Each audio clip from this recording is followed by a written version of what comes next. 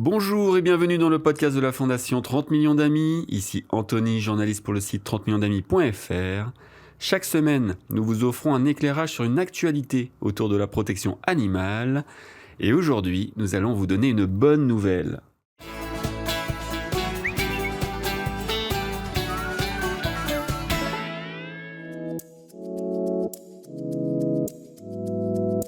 On ne va pas se raconter d'histoire, les raisons de se réjouir se font rares dans la protection animale. Alors quand on tient une avancée pour la cause, on applaudit.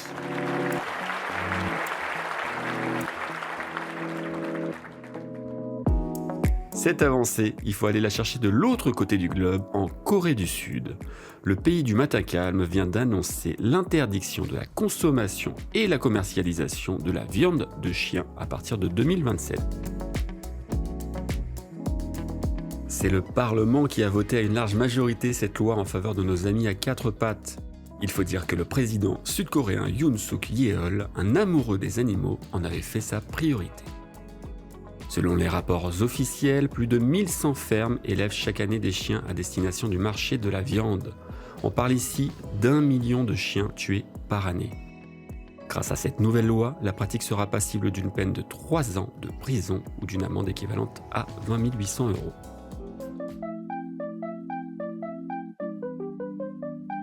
Vous vous en doutez, les réactions sont unanimes face à ce tournant dans la protection des chiens en Asie, en particulier chez les associations de protection animale. La Korean Animal Welfare Association salue une décision historique. Quant à la branche sud-coréenne de l'ONG Human Society, elle y voit une histoire en marche. L'association Animal Liberation rêve par elle d'un point de départ pour la libération des chiens et espère que cela ouvrira la voie à d'autres espèces comme les vaches, les cochons ou les poulets. Si cette interdiction nous fait très plaisir, elle n'est pas si surprenante que ça. Ces dernières années, les nouvelles générations se désintéressaient de la viande de chien. C'en était même devenu un tabou. Et pour cause, les adoptions d'animaux de compagnie ont bondi en Corée du Sud. Un petit chiffre pour vous montrer ce changement de mentalité, une enquête publiée par le think tank Animal Welfare Research and Education nous apprend que 9 Sud-Coréens sur 10 déclarent arrêter de manger de la viande de chien.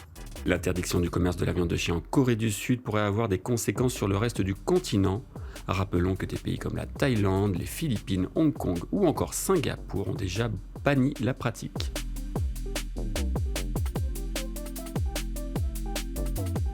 Vous pouvez retrouver toutes les infos sur la protection animale sur notre site 30millionsdamis.fr, mais aussi sur nos réseaux sociaux.